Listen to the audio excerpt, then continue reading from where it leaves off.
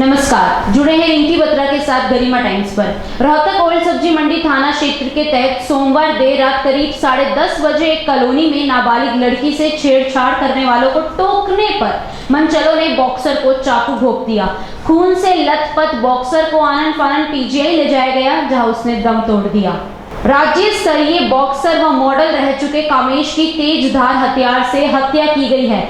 लड़की के साथ छेड़खानी का विरोध करने पर दो पक्षों के बीच हुई लड़ाई में बीच बचाव करने पहुंचे कामेश को इंसानियत की ये सजा मिली। पूरा मामला आपको विस्तार में बताते हैं। दरअसल रोहतक शहर की तेज कॉलोनी में देर रात ये घटना हुई। ये हत्या का मामला भी सीसीटीवी कैमरे में कैद हो गया है। इस मामले में ओल्ड सब्जी मंडी थाना पुलिस कार्रवाई करने में जुटी हुई है। तेज कॉलोनी में सोमवार रात एक युवक कामेश की तेज धार हथियारों से हमला कर हत्या कर दी गई।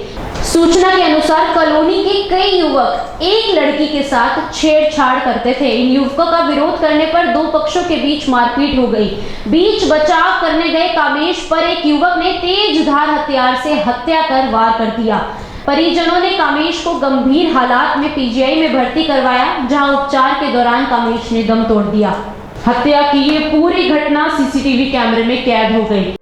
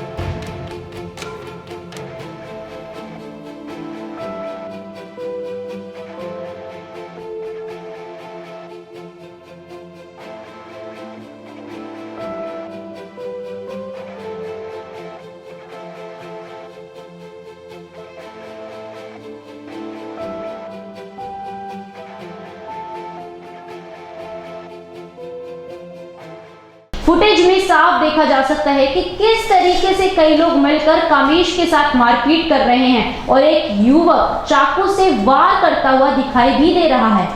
इतना ही नहीं, ये भी बताया जा रहा है कि कामेश एक राज्य स्तरीय बॉक्सर भी रहा है और साथ ही फिलहाल मॉडलिंग भी करता था।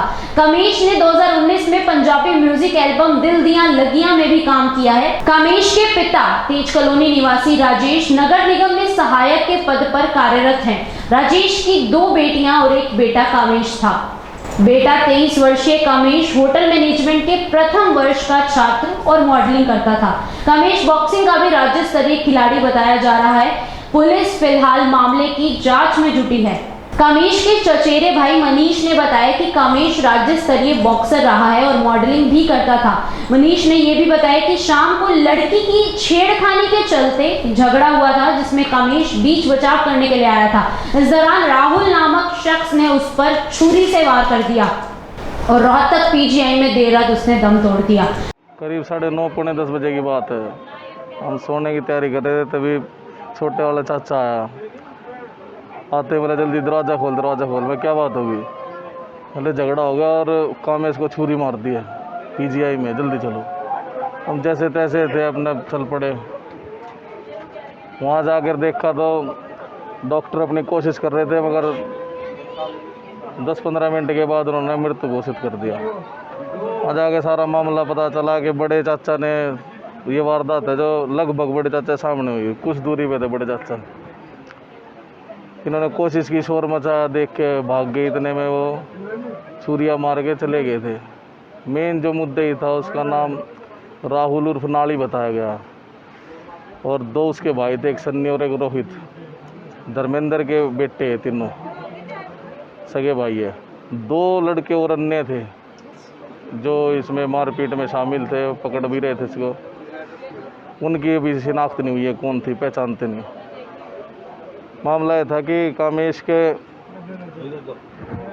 जो दोस्त थे वो इसके पड़ोसी थे, जो मेन मुद्दे ही था ना जी, जो कातिल है इसके पड़ोसी थे।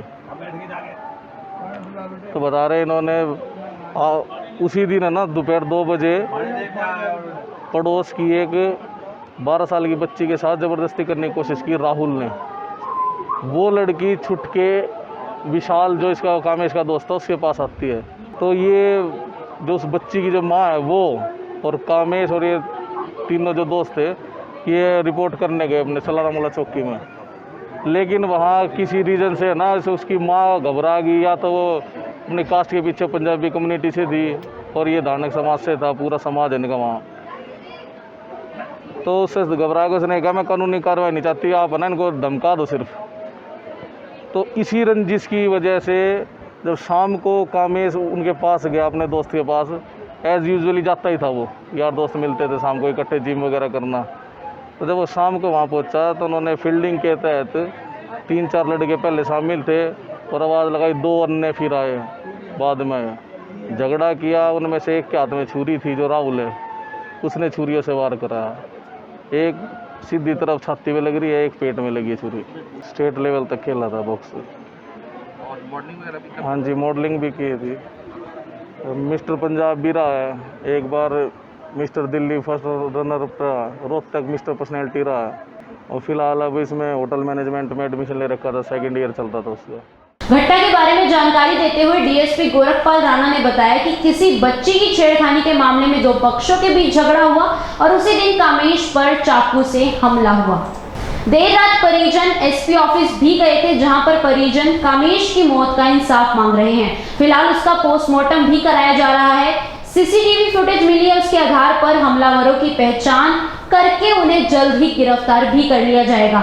कल अपना हमारे थाना ओल्ड सब्जी मंडी में शाम के समय एक वंदना नाम की लेडीज आई थी, जिसने बताया कि उनके 12 साल की बच्ची को जिया नाम की लड़की है, उसको राहुल नाम का लड़का वो तंग करता है। इस बात को लेकर उन्होंने कोई पर्चा दर्ज करने से तो मना कर दिया था और कहा कि इसको ज़रा लड़के को टाइट कर देना। इस तरह इतनी एक बात लेके आई।